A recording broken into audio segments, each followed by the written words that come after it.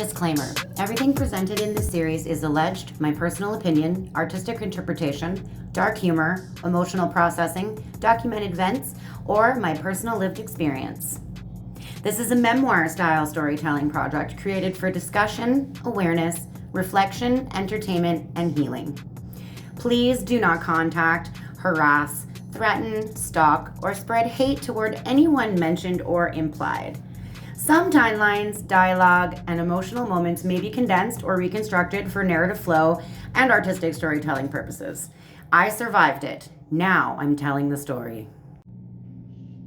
When I found his tax returns, I genuinely felt like I was reading someone else's life. Because for years, I believed we were barely surviving financially together. I thought we were both sacrificing, both struggling, both building toward a future. And I'm not saying he didn't work hard physically. He absolutely did. But what shocked me was realizing how different the actual financial reality was from what I had emotionally understood it to be for years. Because while I was stretching grocery money, raising children, managing the household, and trying to survive inside constant stress, his income had become significantly higher than I truly understood. And suddenly, a lot of things started making sense. And I think that's what hurt the most, because I had worked my ass off too. Maybe not in the same way. But while he was building his career and eventually becoming a journeyman, I was building the life behind the scenes that made that possible. I worked, I raised the children, I managed the home, I handled the emotional labor, and I adapted my life around caregiving and survival.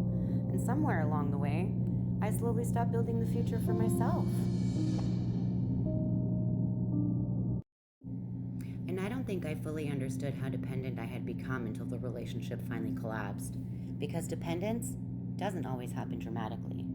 Sometimes it happens slowly, quietly, through years of adapting your life around someone else's career, someone else's schedule, someone else's income, someone else's goals. And at the time, it didn't feel unhealthy. It felt like partnership. It felt like sacrifice for the future. It felt like we're building this together. And looking back now, I realized I had structured almost my entire life around keeping everyone else stable, while slowly losing my own independence in the process, financially, emotionally, psychologically. And when the separation finally happened, I realized I had no idea how I was supposed to rebuild a life I had spent decades organizing around someone else's. And somewhere in the middle of all of it, I think I disappeared. Not dramatically, not all at once, just slowly. One responsibility at a time, one compromise at a time, one sacrifice at a time. Until eventually, my entire identity became centered around keeping everyone else functioning. Appointments, school, bills, meals, emotional regulation, caregiving, survival. And I don't even think I noticed it happening while I was inside it. Because when you love people, you adapt. You carry more. You minimize your own needs. You tell yourself you'll rest later. You'll focus on yourself later. You'll figure yourself out later. But later has a way of never arriving. When everyone around you becomes dependent on your ability to hold everything together. And honestly, I don't think anyone ever stopped to ask who was taking care of me while I was taking care of everyone else. And I know some people listening are probably wondering, why didn't you leave sooner?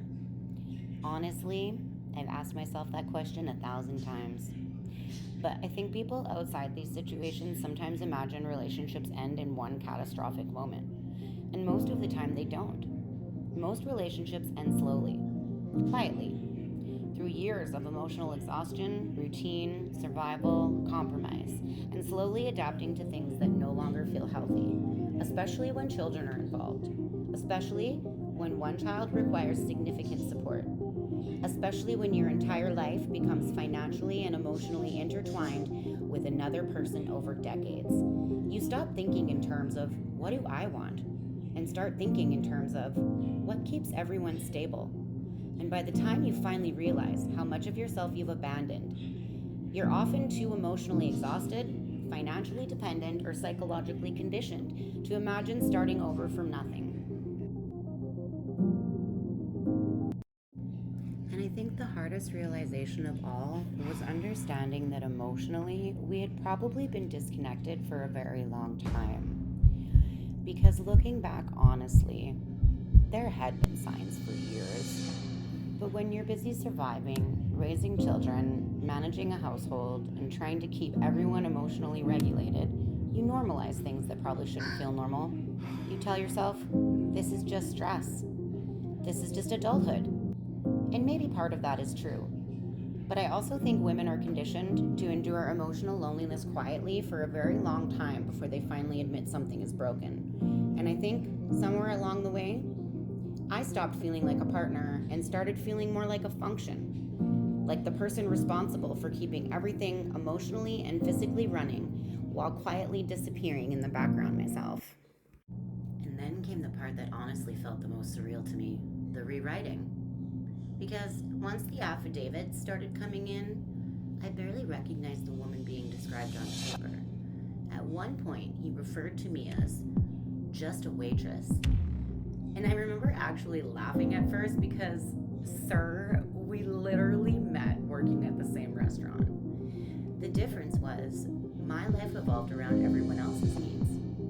I became a paralegal, I managed boutiques, I raised my children, I adapted my career around caregiving, survival, and trying to keep our family functioning. And somehow along the way, all of those sacrifices somehow became invisible. That was the moment I realized something I think happens to a lot of women inside long-term relationships. The things you sacrifice to keep everyone else functioning often become the very things people later use to underestimate you. And honestly, that realization changed something in me permanently.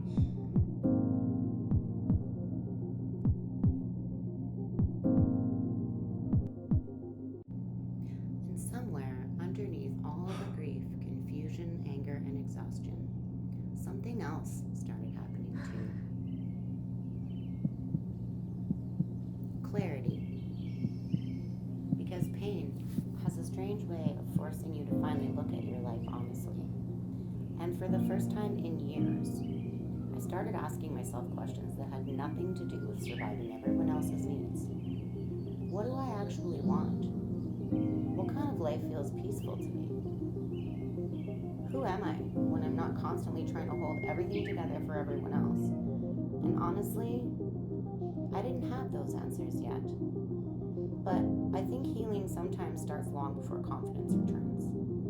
Sometimes healing starts the moment you finally stop abandoning yourself.